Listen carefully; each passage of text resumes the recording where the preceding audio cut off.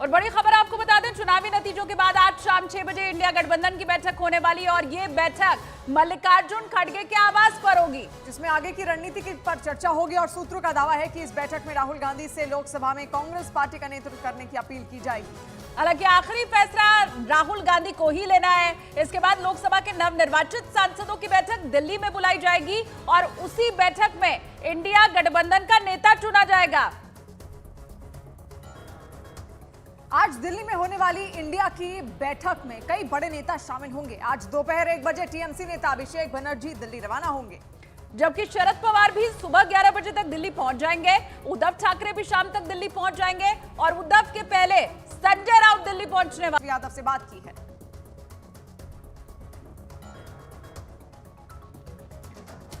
और बहुत बड़ी खबर आपको बता दें, कांग्रेस सूत्रों के हवाले से बड़ी खबर मिल रही है। वायनाड सीट छोड़ सकते हैं राहुल गांधी और अपनी मां की सीट यानी कि रायबरेली से वो सांसद बने रह सकते हैं। इसके अलावा रायबरेली में ज्यादा अंतर से जिताया और उत्तर प्रदेश में बढ़िया प्रदर्शन हुआ, इसलिए राहुल पर रायबरेली सीट रखने का दबाव है। वायनाड सीट से प्रियंका गांधी लड़ सकती हैं ये चुनाव। बड़ी खबर कांग्रेस के खेमे से इस वक्त की जो निकलकर सामने आ रही है वो यही है कि वायनाड सीट छोड़ सकते हैं राहुल गांधी, रायबरेली से सांसद वो बने रहेंगे और वायनाड सीट पर प्रियंका गांधी वाड्रा को चुनाव लड़ाया जा सकता है। कल जब दोनों ही सीटें लोकसभा सीटों को यहां पर राहुल गांधी की ओर से जीता गया तो उसके बाद सवाल उठने लगे कि अब वो सांसद कहां से रहेंगे, रायबरेली सीट से या फिर वायनाड सीट से। और अब खबर ये सामने आ रही है कि वो वायनाड सीट छोड़ सकते हैं, अपनी बहन प्रियंका गांधी को वहां से मैदान में वो उतार सकते हैं, वो वहां से चुनाव लड़ सकती हैं। और रायबरेली सीट को उन्होंने अपने लिए चुना है जहां से वो सांसद प्रतिनिधि बनेंगे। न्यूज 18 इंडिया के अरुण हमारे साथ इस वक्त जुड़े हुए हैं, उनका हम रुख कर लेते हैं। अरुण, क्या ये लगभग स्पष्ट हो चुका है कि वायनाड सीट ही छोड़ने वाले हैं राहुल गांधी?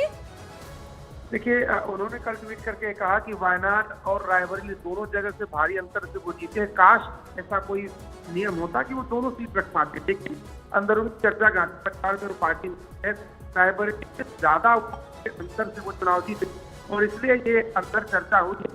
अगर छोड़नी है तो वायनाड जाए, रायबरेली उनकी मां की सीट रही है, परंपरागत रूप से कांग्रेस की सीट रही है, वहां से राहुल गांधी प्रेजेंट करें और पार्टी को करें। तो एक तरह से वायनाड को छोड़ने का संकेत पार्टी के अंदर से दिया गया और प्रियंका गांधी के नाम से वो सीट जब वो छोड़ेंगे तो गांधी परिवार का ही कोई चाहिए वहां, क्योंकि किरण ने 2 चुनाव जीता करके कांग्रेस को और पूरे दक्षिण भारत में सवाल प्रियंका गांधी वहां पसंद हो सकती है। अभी परिवार में चर्चा हुई है, फैसला नहीं हुआ है, संकेत दिए हैं राहुल गांधी वायनाड। जी अरुण, तो आपको बता दें कि वायनाड सीट छोड़ सकते हैं यहाँ पर राहुल गांधी और रायबरेली सीट को वो चुनते हैं खुद के लिए जहां से वो सांसद प्रतिनिधि होंगे। और नतीजों के बाद राहुल गांधी ने कहा कि इंडिया गठबंधन संविधान बचाने के लिए लड़ा था और इसमें कामयाब भी रहा इंडिया गठबंधन।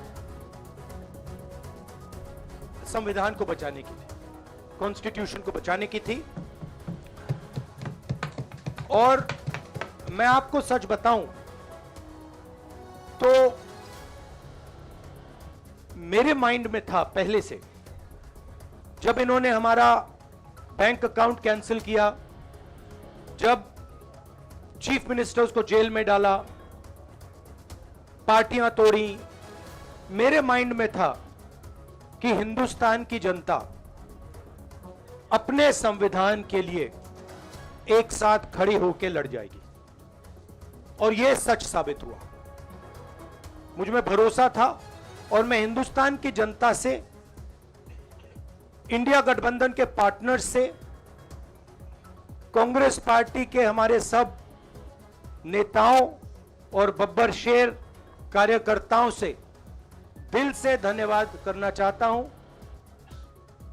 आपने संविधान को बचाने का पहला और सबसे बड़ा कदम ले लिया है। कांग्रेस पार्टी ने इस चुनाव में, कांग्रेस पार्टी के सब नेताओं ने 2-3 चीजें की। सबसे पहले हमने इंडिया गठबंधन के पार्टनर्स की रिस्पेक्ट की, उनकी जो विशेष थी उनको हमने साथ लिया और आपने देखा होगा कि जहां भी गठबंधन लड़ा हम एक होकर लड़े। दूसरी बात, कांग्रेस पार्टी ने क्लैरिटी से हिंदुस्तान को एक नया विजन दे दिया है।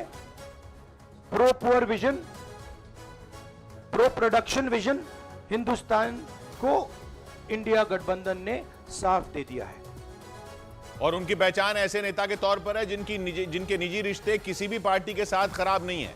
वहीं चंद्रबाबू नायडू की पार्टी टीडीपी भी 16 सीट लेकर एनडीए में बीजेपी के बाद दूसरी सबसे बड़ी पार्टी बन गई। सूत्रों के मुताबिक विपक्षी गठबंधन के नेता चंद्रबाबू नायडू से संपर्क करने की कोशिश में भी हैं, क्योंकि चंद्रबाबू नायडू के पाला बदलते ही सत्ता का अंक गणित भी बदल सकता है। हालांकि नतीजों के फौरन बाद टीडीपी ने साफ कर दिया कि वो एनडीए के साथ बने रहेंगे। आंध्र प्रदेश में लोकसभा के साथ विधानसभा चुनाव के लिए भी वोट डाले गए थे। विधानसभा चुनाव के नतीजों में भी टीडीपी ने बम्पर जीत दर्ज की। हालांकि विधानसभा चुनाव में भी बीजेपी और टीडीपी मिलकर चुनाव लड़ रहे थे, लेकिन नतीजों में टीडीपी ने अकेले दम पर ही इतनी सीटें जीत लीं कि उसे सरकार में रहने के लिए किसी और की जरूरत नहीं है। 175 सीटों की आंध्र प्रदेश विधानसभा में बहुमत का आंकड़ा 88 का है, लेकिन टीडीपी ने 135 सीटों पर जीत दर्ज कर ली, जबकि 8 सीटें जीतने में बीजेपी भी कामयाब हो गई। इसीलिए अगर टीडीपी ने बीजेपी का साथ छोड़ भी दिया, तब भी राज्य में विधानसभा की स्थिति पर कोई खास असर नहीं होगा। और वही लोकसभा चुनावों में महाराष्ट्र में एनडीए को बड़ा झटका लगा है। वहां एनडीए ने 17 सीटों पर जीत हासिल की है और बीजेपी को सिर्फ 9 सीटें मिली हैं। और लोकसभा चुनाव में हुए खराब प्रदर्शन के बाद आज महाराष्ट्र बीजेपी के नेताओं की एक बैठक बुलाई गई है। यह बैठक मुंबई में बीजेपी के कार्यालय में होगी, जिसमें हार के कारणों पर चर्चा होगी।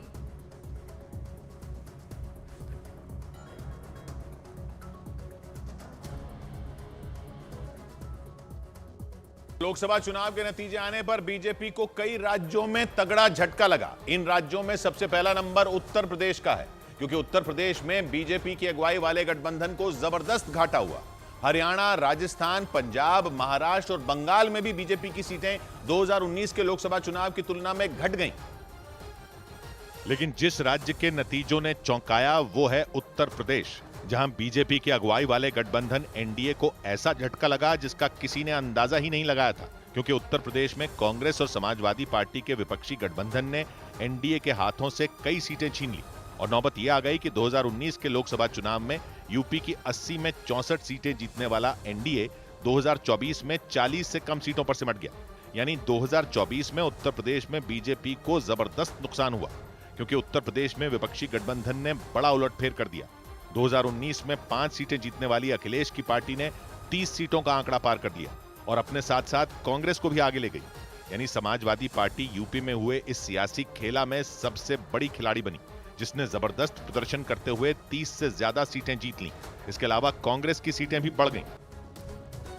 कांग्रेस नेता राजीव शुक्ला ने कहा कि हम सरकार बनाने की कोशिश करेंगे। साथ ही उन्होंने दावा किया कि बीजेपी को सत्ता में रहने का नैतिक अधिकार नहीं है। आपकी पसंद, चूंकि आपकी पार्टी लगातार ये कहती रही है ऑफिशियल पोडियम से भी कि अगर सबसे बड़ी संख्या हमारी है तो प्रधानमंत्री पद भी हमारा है, अगर सरकार आप बनाते हैं। आपकी पसंद क्या है या पार्टी की आम राय क्या है, किसको नेतृत्व संभालना चाहिए यहाँ या फिर लोकसभा में? देखिए, ये इंडिया गठबंधन जीता है और इंडिया गठबंधन नेता जो तय करेंगे वो सब माना जाएगा। आपकी पार्टी की क्या, आपकी पार्टी का चेहरा कौन हो सकता है? हमने बताया ना, इंडिया गठबंधन जो तय करेगा वो होगा, और वो जो है उसमें हमारी पार्टी की तरफ से राहुल जी, खड़गे जी, ये लोग तय करेंगे कि क्या करना है। और लोकसभा में आपकी पार्टी का नेतृत्व कौन करना चाहिए, क्योंकि बड़ा संसदीय दल अब आपके पास होगा? क्या राहुल गांधी को ये जिम्मेदारी लेनी चाहिए? नहीं, वो तो हमारी जो है सीपीपी की चेयरपर्सन सोनिया जी हैं, वो तय करेंगे। और वहीं कांग्रेस सूत्रों के हवाले से बड़ा दावा किया जा रहा है कि सरकार बनाने का दावा पुख्ता होने पर ही आगे की तैयारी कांग्रेस करेगी। विपक्ष में बैठने में कांग्रेस को कोई गुरेज नहीं है। लेकिन सहयोगी दल दबाव डाल रहे हैं कि सरकार बनाने की कोशिश की जाए। शरद पवार, ममता बनर्जी, नीतीश से संपर्क साध सकते हैं। रेवंत रेड्डी, डीके शिव कुमार सहित अन्य नेता चंद्रबाबू के संपर्क में रहेंगे और इन नेताओं के आपस में बेहतर रिश्ते रहे हैं और इसीलिए उम्मीद ये जताई जा रही है कि शायद आपसी बातचीत से आगे की राह आसान हो पाएगी। और आज की बैठक में सर्वसम्मति से इसका फैसला होगा।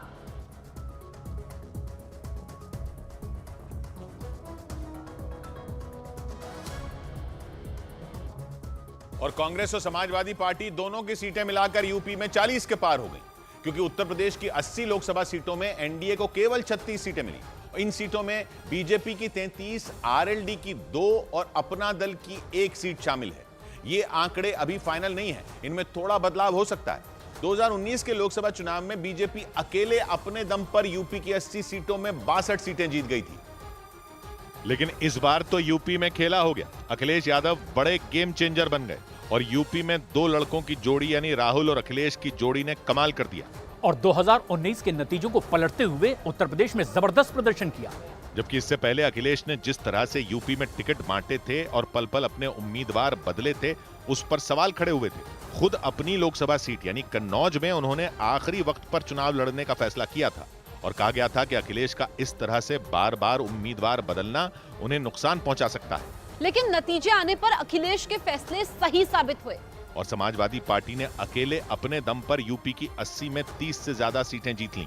समाजवादी पार्टी ने इस बार यूपी की 80 सीटों में 62 सीटों पर चुनाव लड़ा। एक सीट भदोई उसने टीएमसी को दी थी और कांग्रेस को 17 सीटें देने का फैसला किया था और नतीजे आने पर वो फैसला सही साबित होता दिखा, क्योंकि कांग्रेस ने भी अपनी सीटें पिछली बार से बढ़ा ली। और वहीं अमेठी से हार के बाद स्मृति ईरानी ने बयान दिया है। उन्होंने ये कहा कि आज फिर संघर्ष के मोड़ पर खड़ी हूं, संगठन को मजबूत करूंगी और अमेठी में कार्य करती रहूंगी।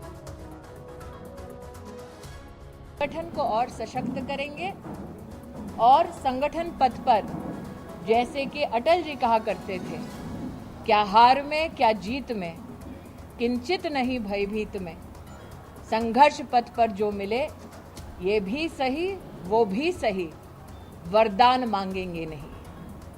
हम वो हैं जिन्होंने पूर्ण निष्ठा के साथ क्षेत्र की सेवा की और आगे भी संगठन की शक्ति के माध्यम से सेवा करते रहेंगे।